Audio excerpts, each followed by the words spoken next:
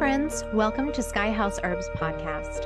I'm Ashley Ellenboss, a clinical herbalist, and in this space, I share my knowledge and experience with plant medicine to help you on your own journey of healing and transformation. Join me in exploring the ancient wisdom of plant spirit medicine and how it can be used to heal the body, mind, and spirit. We'll talk to experts in the field and share stories from people who've been transformed by powerful plant allies. New episodes are released each Monday, so please subscribe. And now, let's explore this mystical world of plant medicine together. Hey, everybody, welcome in. I'm so glad you're here today. We are going to have a cozy chat. It is cold here, and I have been in a little bit of like a dark cloud. Have you ever had stretches of time where just like, ugh? So I am coming to you wrapped up in a cloak of darkness. And I thought this would be a great topic to talk about. What do we do with darkness? How do we befriend darkness? What are some perspectives we can have in working with darkness? And also, what are some herbs that can be really good allies and helpers during times when the world seemed bleak? So that is where we're going. Before we dive into our topic, if you haven't yet subscribed to my channel, I thank you in advance. If you could just give that button a click, it really helps other people to find me. It helps you. If you click on notifications, you'll find my new videos updated every Monday. And you can actually look in my library. If you just look at my playlists, I've got over 300 herbal videos for you. So if you like today's content, please subscribe and please look back through my older videos. I've got a whole playlist on herbs of the month, so you can really go with me in depth into single plants.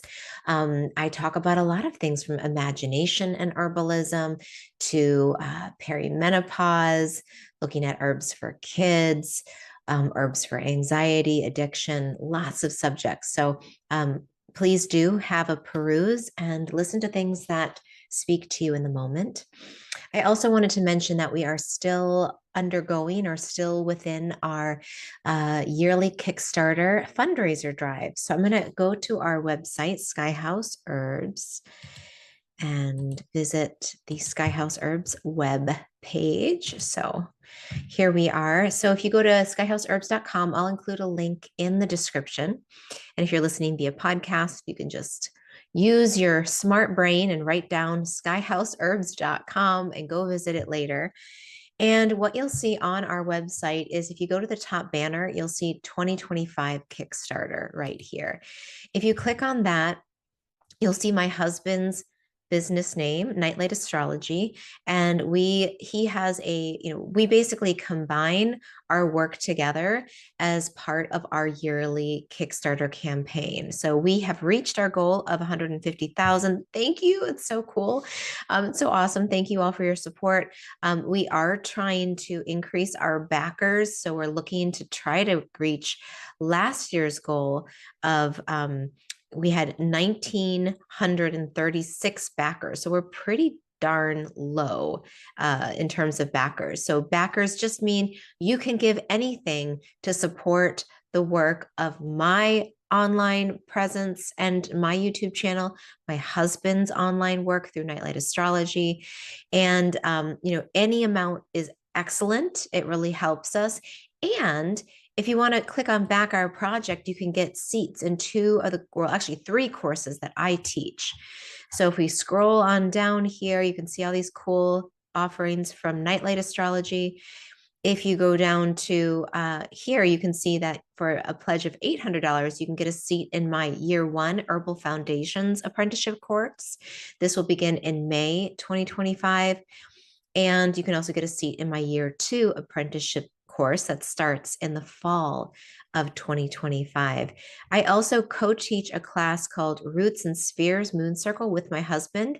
This one starts in January. So this one, if you pledge $450, you can get a seat. It's a 12-month course. We meet twice a month online in these wonderful virtual classrooms, and we talk about how we're experiencing the monthly moon transits. And we take one herb per month, get to know it, and we talk about what our experiences are. It's a great way to learn astrology and herbalism all in one. Let's hop back to my website. If you want to learn more about my courses, just go over to the courses page. You can click on Herbal Foundations Apprenticeship, and you can learn all about the different things we will be studying, the foundational adherence we have to the practice of vitalism. And here are a lot of the plant topics, including herbal energetics, vitalism, herbal plant spirit medicine, phytochemistry, gardening, botany, medicine making, a lot of great skills. And by the end of the program, you will have 20 herbs that you will know very well, because we'll take 2 herbs per module and get to know them. We'll take them internally and talk about them. We'll blend them. So by the end of this course, you'll be really confident using these herbs and learning how to blend them and make medicines. So same thing we have if you go to courses and you click on the second year apprenticeship. You'll find this is an 8-month program. And here are some of the practices and skills that you'll develop, including some clinical skills and assessment skills, learning about moods and emotions and the more fine-tuned ways of using plants with helping emotional regulation. We'll also look at stillness and daily practices, and try some daily practices on and see which ones fit for you and which ones you might want to share with clients. So all of this information is online. Please check it out. And thank you in advance for your backing or any support that you can give. All right. So I wanted to talk first about animism, because I think without that foundation, the talk of, how I am going to talk about darkness might not make sense. So in the animistic perspective or philosophy, we understand that nature is alive, that everything is alive and sentient and thinking and knowing and feeling, that the animals, the plants, and even things like the wind and the air and earth are sentient and alive. And in the animistic tradition, we understand that we are part of a living, dynamic ecosystem, and that we are constantly influencing one another. And so the way that I interact with my land changes the land. The way my land takes on certain plants and brings in certain animals changes me as I observe specific things, like on my land, turkey and crow medicine are a part of my life at this moment because of my land. And burdock is a huge medicine on my land, and in goldenrod. So the land influences us through the plants and the animals that it creates ecosystems for. And if we're paying attention, which is part of the work in the animist life, is if we're paying attention, we start to learn things that are more subtle than and like that take more time. I think we often get so used to this consumerist culture of like, I want to learn something fast. I want to get this thing quickly. But in animism, it's relational. It's all about building these slow relationships. So in this book that I'm reading from one of my dear friends and great teachers, Matthew Wood, this is his newest book called The Shamanic Herbal, Plant Teachers and Animal Medicines. He talks about, he defines shamanism, which it was really helpful for me to hear him describe it, because I think in my head, sometimes I think of shamanism equals, ayahuasca, entheogenic plant medicine healers. But really simply, what shamanism is, a shaman blends together their animal and their human parts. Understanding, and this is why shamanism is an animistic practice, is because this idea and this belief that we are not just human bodies, but we are also animal bodies. And so from the animal world, we come to know more of our sensory body and what feels good and what we need, how we relax, how we love, how we snuggle in, how we protect ourselves. And then in the human world, we have a little bit more sort of ethereal concepts, such as, equality and justice and fairness, right? Um, and we have these higher structures and more community and worldly principles that we are um, I mean, it's pretty amazing if you think about it. Like, we are just innately a part of the human culture, but there's also, so we have got like a human soul and there's the animal soul, and both of those reside inside of us. And the more in touch we are with both the animal side and the human side, the more we can be a walker of the many worlds that are here in front of us at all times. And I wanted to say that a few things. One thing that Matthew talks about in his book, A Shamanic Herbal, is um, he speaks to the fact that a lot of the more animistic thinking was kind of removed from our culture as we moved into more scientific and rational thinking. And while the church in some ways tried to hold on to the animist ideas and traditions, in terms of ritual and bringing in herbs and bringing in things, and the symbolism found in a lot of ancient Christian cultures, was sort of started to get pushed out by the rational thinking, the Western sort of scientific uh, progression, as we started to think of things more as objects and less as interrelated symbols, or symbols that we have a relationship with. And so I think in the modern world, I think if you're listening to this, you're probably already very familiar with these concepts, right? But I think for most mainstream Western culture, the idea of us living in an animate universe is foreign. But for most indigenous cultures, that is the foundation of life and understanding life. So, from an animist perspective, which is the world I live in, and I've always lived in that. I mean, since I was a very young girl, the world has been alive, and I have been a part of the animal world and of the world of symbols, thankfully, due to some really great people in my adults who taught me and influenced me and gave me books and introduced me to concepts that were very relational and earth based. And also, I think just my own innate connection to the earth as a Taurus sun and moon and Cancer risings, my astrology, like my blueprint is that of an earth water person. Um, One thing that's kind of interesting, as I was jotting down my notes, I wrote, through scientific thinking and rationalism, we killed the animal perspective. Like, we hunted down the animal perspective, which is sensory, desirous. It has likes and dislikes. And I was thinking about animals, like the bear. Like, the bear likes OSHA root. The bear likes burdock. Um, and the deer, they love grasses and flowers. And so the likes of these different animals tells us about their character, and their affinities to certain plants tells us about their um, energetic blueprint, right? Um, and so when we divorce ourselves from these connections, we divorce ourselves from a part of ourselves, because in ancient cultures, people had bear qualities. And I think of Matthew Wood, for example. Like, he is a bear medicine keeper. He has the look and the feel of a bear, and he carries a lot of bear wisdom. And I have other teachers that are more deer like or more hawk like.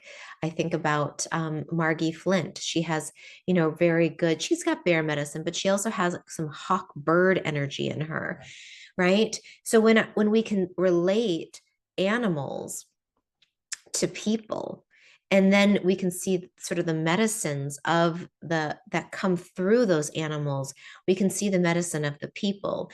And I think this creates a much more dynamic web from which we can gain nourishment from. Like, who are the people that feed and nourish us in different ways? Like, when you need the hawk perspective, go to the hawk people. When you need to be taken into a cave of rest, go to the bear person. Um, when you need boundaries, find your porcupine people, right? Like there's ways in which we can gain different skills from spending around time around certain people. And I remember there was like a guy in my high school who was like, he was a rat person. He like looked like a rat and he did like rat things. And I remember when I brought him home and my mom met him, she was like, I don't like him. I can tell by the way he looks, he's not a good person. And I was like, oh, like, how dare you? But as time told, she was right. He had signatures that for her were very clear in the types of behaviors this type of person is going to do. And sure enough, that was kind of his life trajectory. So I think when we can look at the world in this animated, animistic way, it connects us. It connects us more deeply to patterns, trends, and truths. I also wanted to, oh, yeah. So now I want to talk about darkness and the womb. So, yeah, like I don't, for those of you who know astrology, I right now have, I've got Mars retrograde on my sun and moon. It's on my sun now. It has been on my moon the last month. And it's also squaring, I believe, Saturn. And then I've got Pluto coming to oppose my sun and moon. And it's been hard. So right now, Mars in my first house has been really affecting my health and my vitality. And I've just been feeling really like I keep getting sick. My energy's low. I'm getting headaches. It's like hormonal imbalances, perimenopause, like it's been hard. It's been a hard month. And I think one thing that I am learning, and this is like, as one of my teachers, Diane Connolly, said, like life is not a one walk dog. It's not like it's not like oh, here's darkness. I figured it out. Now I never have to deal with darkness again. No, that's not how it works, obviously. But we revisit these themes. And so one thing that is from the animist perspective, winter is a time of natural darkness. The angle of the sun is very different in the winter than in the summer. And so we have less light, less warmth, less growth. And things start to become more still and cold as a result. So in the wintertime, the darkness as part of the medicine of this season, that is part of the living world. It's part of Earth. Like Earth is alive and Earth is winter and winter is its own thing and darkness has a personality. So Robin Wall Kimmerer, who I love, she wrote Braiding Sweetgrass. She said this about darkness. Darkness is a living place for rest, renewal, and the unseen aspects of the world. So darkness, as much as it is uncomfortable for many of us, not all of us, some of us really we're like, yeah, darkness, this is great. But for those people who don't, I think as a place of rest where there's unseen forces, it can feel very like a place of peril or a place where you are on the edge of something unseen. And for many people, that's very unsettling to not know what's there, to not know what's under the surface, to not know what's ahead. When the lights are on and when the sun is high, there is a clear path forward. Everything is illuminated in light. But in the periods of darkness, the way becomes blurred. And so what do we do? And I love the idea of darkness as a place, like a living space that is inside of us and that is in the space around us. And what the darkness has for us in its pockets is like the invitation to just rest, the invitation to let go of the big plans, to let go of the ambitious dreams. The gift that darkness has is the gift of the unknown and of the unexpected. And there is a time and a place where we need to give in to the darkness, and we need to just say, okay, I will rest in the womb of your wisdom. I will take nourishment um, from this cauldron of cool darkness, and just let my mind and let my spirit take a break. And so I think that is part that a lot of people who have a lot of sun fire energy resist, is they just want to get past it. And I'm good with darkness for a while, and then I'm like, all right, this is getting old. Like, I don't want this anymore. Get me out. So one thing that can be very helpful is having a little lantern, having a little light to bring into the darkness with you, because we can't banish winter. I know this from living in Minnesota. Like, it's going to last as long as it lasts. There's nothing I can do to speed up winter. It is a energy and a force bigger than me.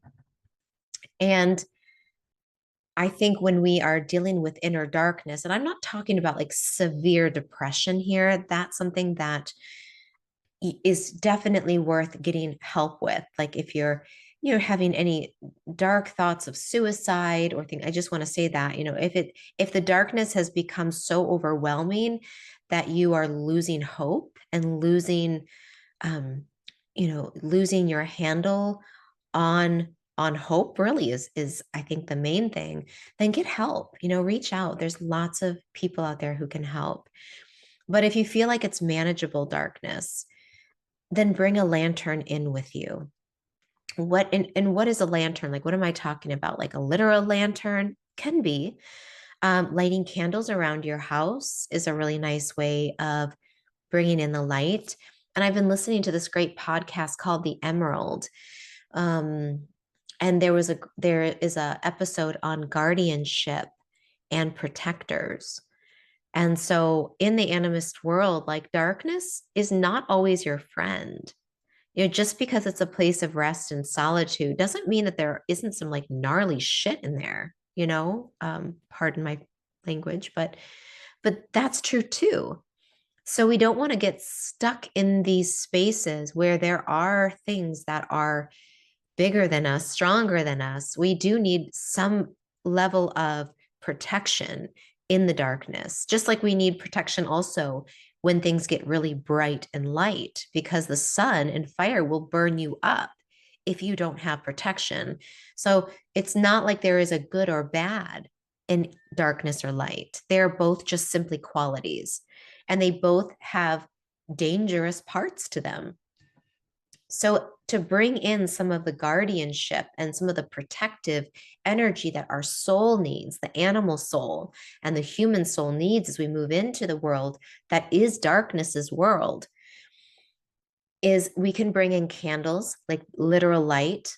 We can bring in prayer and protective prayers to whatever God, goddess, higher spirit that you connect to. And we can bring in herbs, we can bring in plants as holders of light, literally from the sun into their plant bodies. They hold that energy. And then also just as symbols of light and the work that they do in the body or just in the home space. So let's talk about the herbs and what we can do. So the first herb I will talk about is rosemary. Rosemary is a fantastic herb that is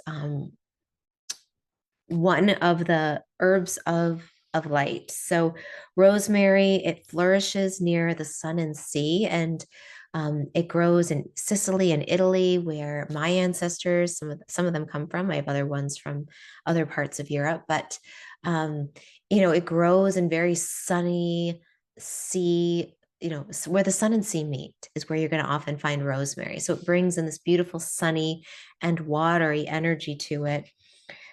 Rosemary is something that it's an herb that Nicholas Culpeper, who is an herbalist from the 1670s, no, 1760s, 1760s, from Europe. He says the sun claims privilege in it. It is under the celestial ram.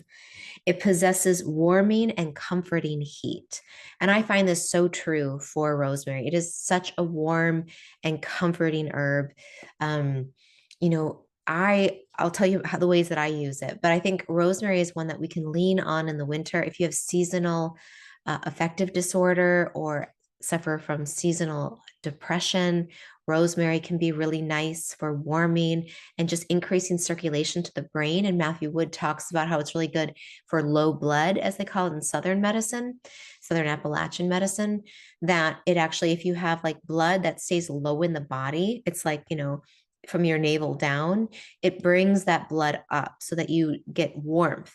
So if you tend to have like cold hands and a cold head and you get cold headaches that where you want to put heat or put pressure on, then rosemary can be a really nice herb. It really brings circulation to the nervous system, to the brain. And it also helps warm up the gut, but not as much as some of the other herbs. So I think of rosemary as an herb for really warming the upper part, warming the mind, warming the memory.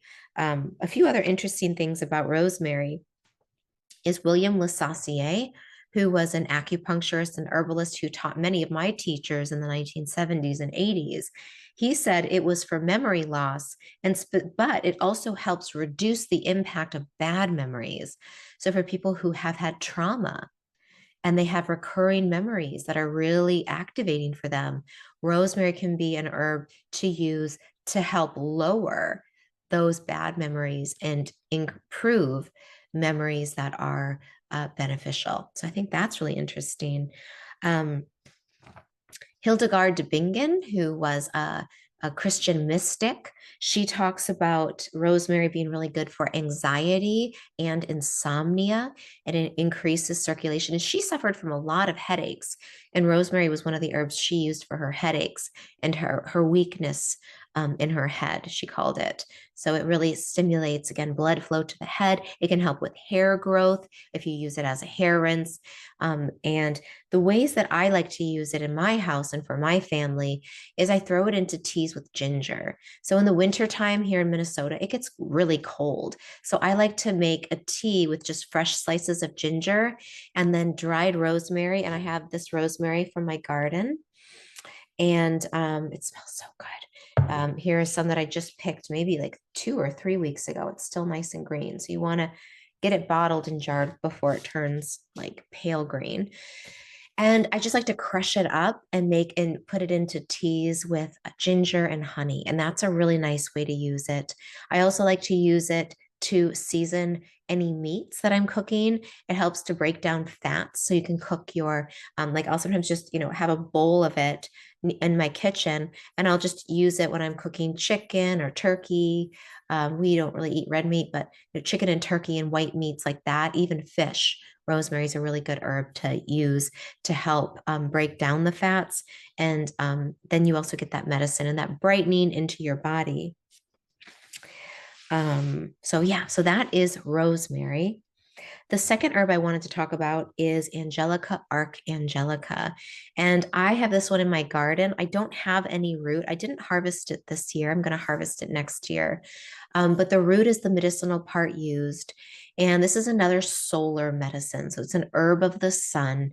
Let's see. Nicholas Culpepper says it's an herb of the sun in Leo. And so Leo is like that warm, proud lion. And this is just a big, proud plant. It's huge. It grows up to like 8 feet high. And the roots are very warming and activating for the solar plexus. So if we think about the seat of fire in the stomach, whenever I take Angelica, Archangelica, it goes right to my solar plexus and I feel it warming and relaxing all of the organs of digestion. It also is really good for relaxing cramps that could be menstrual or digestive cramps.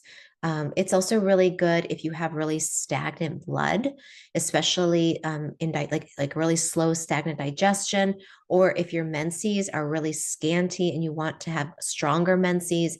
If you have kind of brownish menstrual blood or lots of clots, that means that you might not have enough circulation down in the uterus. So this actually brings blood flow to the uterus. It's really good for that. Not good in pregnancy, so don't take it if you're pregnant. But if you've had a miscarriage or you're just looking to do some wound healing or wound cleansing, it can be very, very helpful there. And it's bear medicine. Bears like to eat the roots. So I think of it as like the mother, like there's like a mother bear energy with this plant. And yeah, it's very warming and very nutritive to the womb and to the digestive organs and to the solar plexus. Stephen Buhner says that because its secondary ruler is Saturn, it's really good for Saturn returns. And that could be your first Saturn return between the ages of like 29, 28 and 30, or your second Saturn return when you're in your 50s. And it's a visionary herb. So one of the ways that I like to use Angelica is to burn the root as an incense. And I did this my first time with Matthew Wood at Teresa Boardwine School in Virginia, called the Green Comfort School of Herbal Medicine. And we took there was this, she has her classes in this huge yurt. So we took a shell like this, and I'm all out of Angelica, so I need to go get some. But we put it in a burning shell and we lit it and we wafted the smoke of the Angelica throughout the whole yurt. And we all just sat there. And I think everyone said, like, oh, wow. Like it brings you into a very visionary space. It's very creatively like provoking. So if you think about like going into like a very creative cave, it does that. And Matthew, I just saw him a few weeks ago and I was like, I reminded him because we were talking about Angelica. I was like, do you remember that? He's like, yeah. He said, and when you burn Angelica in a group, it enhances the visioning qualities even more. So like if you're in a group of people, it enhances that ability to vision. I was like, oh, that's interesting. So there you can have that piece of wisdom too. And I also like to use Angelica as a tincture just internally to help move digestive stagnation and pelvic stagnation. And you can also use it in the belly button. This is an Ayurvedic practice where you actually can take a few drops of the tincture and put it right into your belly button. And it's said that the nerves of the navel and the umbilicus will suck in those herbs and bring them directly to the solar plexus into that area, into all the nerves. So that's kind of like a shortcut to get to the solar plexus is applying the tincture or an oil to the belly button. And then the last herb that I have to talk about is calendula. So this is Calendula officinalis, which means it's an official herb from the early apothecaries. I want to just show you the colors. The calendula that I grow, there's some that are more bright yellow. I have some that are a little bit more reddish, and then others that are this like bright orange. So it's okay to have different, there's different varieties, but you want to dry it and make sure you jar it or like put it away before it gets completely dry. It should still be like a little bit oily to the touch. And then this is something, so for calendula, it blooms all summer long. So you can just pick it throughout the summer. It'll keep producing flowers. And then traditionally it was then thrown into stews during the winter. And it was thought to bring the sunshine, because this is also an herb, as you can tell, that's ruled by the sun, according to Culpeper and every herbalist I've ever known. It's a very solar herb, so it brings the light in. So you can throw it into stews and soups. You could brew it as a tea. It's like pretty subtle flavor. It's a little bit bitter. Definitely better to add it with a few other herbs, I would say, for a tea. But it's very nice. And a lot of herbalists call it herbal sunshine because it's very brightening to the spirit. Matthew Wood teaches that it's for the places where the sun don't shine. So if you get eczema or psoriasis or rashes in the armpits, in any of the creases of the body, behind the knees, anywhere the palms or the soles of the feet where the sun doesn't hit, it can be really good for cleansing the skin. And it's a really good lymphatic, so it moves lymph fluid. So it's really good in that way for cleansing and purifying the body, as well as boosting immunity is another great function, and boosting the mood. And so this herb is sometimes, quite often actually, used for seasonal affective disorder as well, or winter depression, along with vitamin D. Make sure you're getting vitamin D and take that supplement as well. Another final use for this that I've used this and St. John's wort for children who are afraid of the dark. St. John's wort's a little bit more for children who have night terrors or sleepwalk, and I found that to be really helpful for my daughter who has both. And then the calendula is really nice for just being afraid of the dark. So I use that with my younger daughter who doesn't like to go to sleep, which most kids don't like to go to sleep. So we have a night light and we have our calendula, and that seems to work really well. So darkness is alive, and darkness is full of gifts and treasures, and it's full of dangers. So be wise, be respectful of the darkness, approach it with humility, approach it with a gift. When you go into the womb of darkness to rest, bring a candle, bring a cup of steaming herbal tea to bring into the darkness with you. Write a poem, play some music for the darkness.